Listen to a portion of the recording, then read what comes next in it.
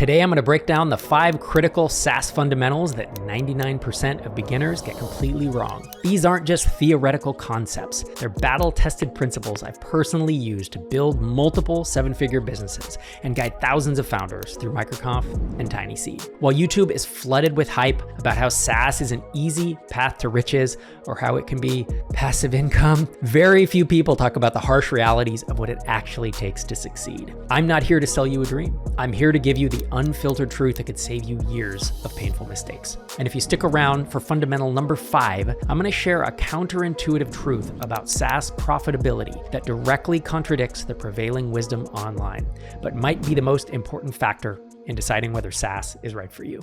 Fundamental number 1 is that coding isn't the superpower you probably think it is. Since my very first book that I wrote in 2009 and published in 2010, I've been saying product last, marketing first. And what I mean by that is the product and of course the problem you're trying to solve, it's important, but you really need to change your mindset to realize that marketing and sales are what makes or breaks a new product or a new startup idea. Because as a builder or as a maker, you think that the hard part is building or making the thing. As a former developer myself, I really hold in high regard people who can build software and who can create stuff. But that's not what it takes to build a business. That's what it takes to build a hobby project. If you just want to build for yourself, go start an open source project, go hack some code together, vibe code, and build whatever. But if you want to start a business, you need to think long and hard about how to market and or sell your product. And even before AI really came to the forefront with things like Cursor and Windsurf, this was true. And it's only becoming more important and more true as engineers become more efficient at building things,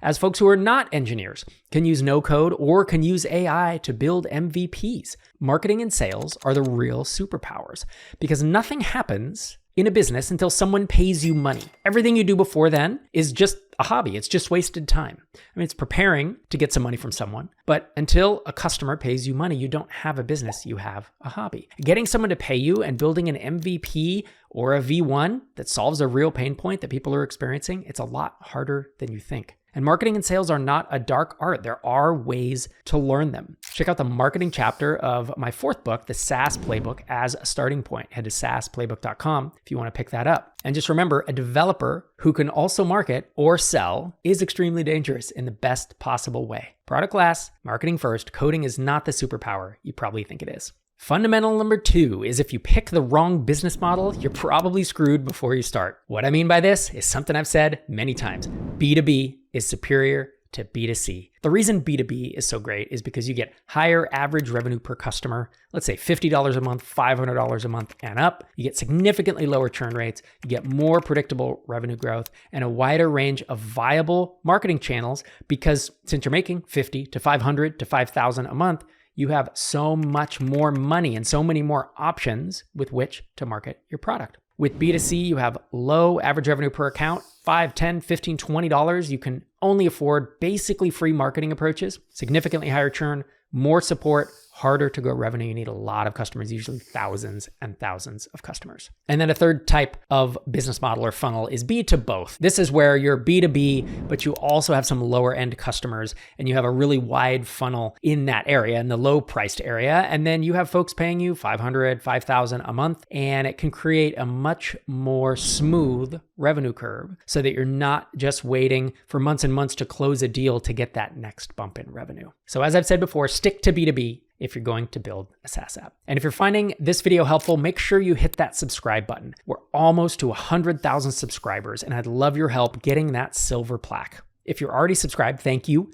Help me out by giving this video a like to help more people discover it. Fundamental 3 is that you don't need funding. Hopefully, if you're watching this channel, if you've listened to me for any length of time, you know that funding is just a tool. Shouldn't be anti-funding unless you're anti-hammer or anti-shovel. It's a tool to accomplish a job. But unfortunately, the prevailing narrative is that in order to start any type of startup, much less a tech startup, you should raise buckets of money and you should go big and you can only become $1 billion unicorn. It's old. It's trite. It's not a narrative that you want to follow. I think around 1% of companies, especially startups, should probably consider raising venture. I think about 90% should bootstrap and around 9% should consider an angel round or alternative funding like TinySeed. That's the accelerator that I run.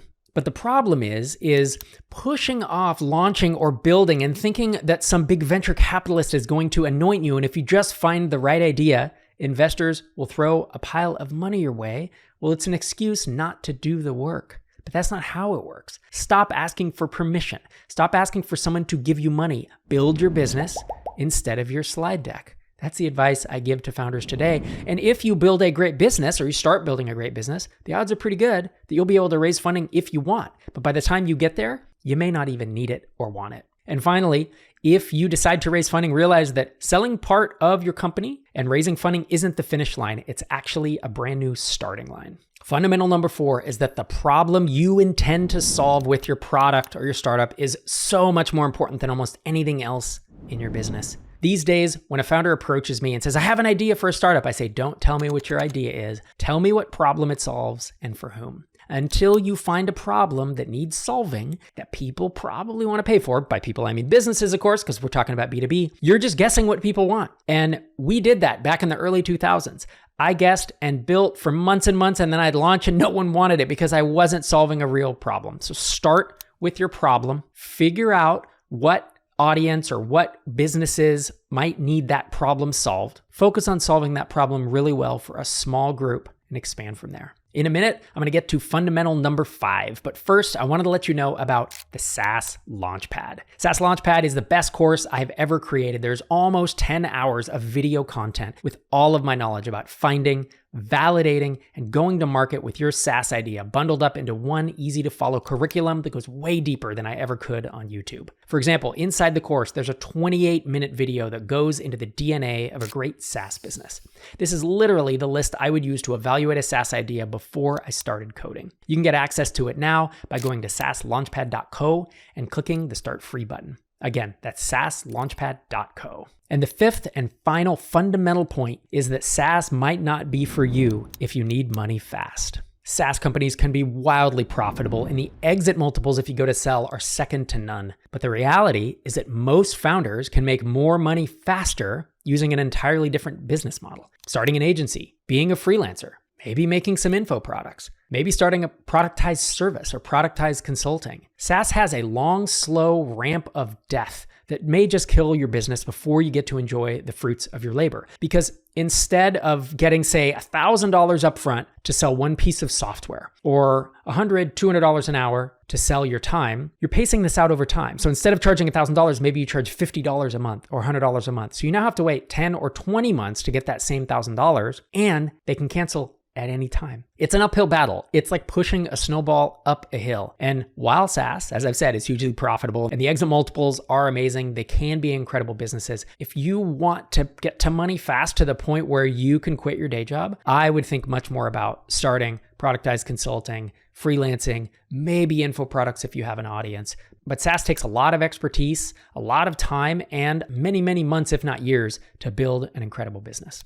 If after watching this video, you still think SaaS is for you, but you aren't sure where to start, check out this next video where I break down the 8 steps to starting a SaaS business. Make sure you're subscribed for more content like this, and I'll see you next time.